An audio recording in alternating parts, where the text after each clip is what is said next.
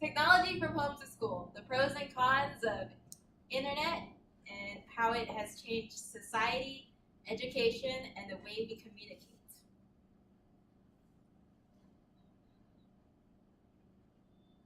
The internet in the social settings and the pros and cons of the internet in the social setting.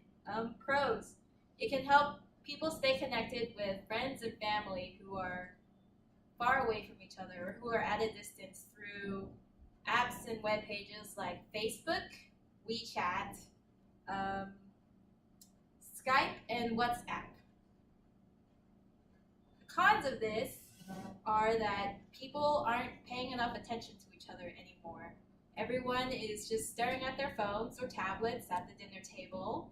No one's asking for how someone else's day is during dinner. And I've seen this plenty of times while working in a restaurant and trying to take orders. It takes people 5 minutes to order because they were too busy looking at their phones and checking email instead of checking what they wanted to eat. Networking. The internet has helped in networking in many ways, starting with MySpace by connecting people to shared likes and helping people get connected in jobs with Facebook and LinkedIn. This could also be bad because people tend to post everything on social media, such as pictures of partying and drinking. And in college, we were told not to do that because potential, even though it's illegal, potential employers, they sometimes check on these things. Dating.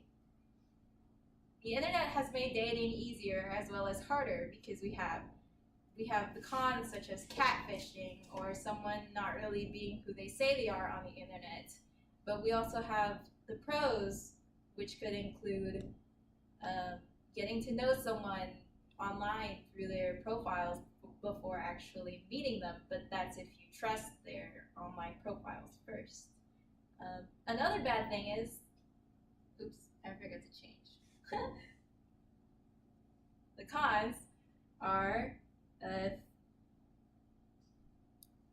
technology isn't 100% because computers are based on an algorithm to see potential pairings of people who have similar likes and dislikes. And that could be a bad thing if the computer got it wrong and the people ended up not liking each other anyways. And also, a con is that sometimes people are given too much of a choice, so they can't pick who they really want to see.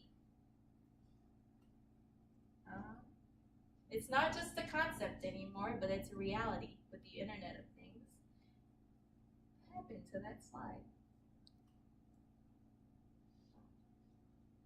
I have a video. The video's not working. We have shows like Star Trek that had those voice communicators in their ears that we now know as Bluetooth. Some couple decades later, we have a video, what are they called, doorbells? Video doorbells that can record people when someone pushes the doorbell and it saves onto the cloud. We have internet connected locks that can be unlocked and locked through an app on a telephone, and light switches that can be turned on and off, and color intensity and changes through an app on the phone. Google Homes and Alexas can actually help with that, or voice assistants can help with that. We have the internet has changed our society in so many ways for the good, but there's also some skepticism with this, such as in video games like Watch Dogs 2, where they talk about how if the internet takes over, hackers can also take over, and the government can take over by looking into our private lives. It's not just Watch Dogs 2, but there's also Mirror's Edge that talks about what could happen if the internet if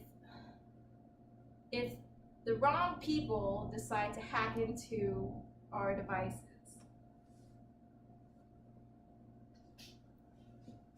Technology and education. The reason why I decided to do the Internet of Things. Back when we were younger, we were taught how to handwrite everything first in, what did you call block letters? Not block letters. Pencil. No. Oh, well, anyways, we learned cursive in second grade so that we could learn to use it by the time we got to college, because that was the idea, and this was like in the early 90s. And then once we almost started middle school was when they started getting computer labs in schools so that they could start teaching kids how to use computers and how it could help in education. And then in high school, we still weren't allowed to use computers in school, but we were told that we needed to start learning how to MLA and APA format our papers, double spacing and works cited and everything. So, but now kids such as in Norman schools or those in schools that have better budgets, they can have laptops and tablets in school to take notes and to listen to lectures that teachers are giving and to do their homework and everything else. What is a con to that though? Kids might not be able to pay attention in class, or they might be searching YouTube videos and funny cat videos instead of paying attention. What about the access to other websites there are? In conclusion, we talked about the pros and cons of how the internet has helped us and how it will help us in the future, as well as how it has hindered us as a society. And my works cited page. Thank you. Oh, my parents and my brother were my audience today. My brother needs to show him so. Thank you.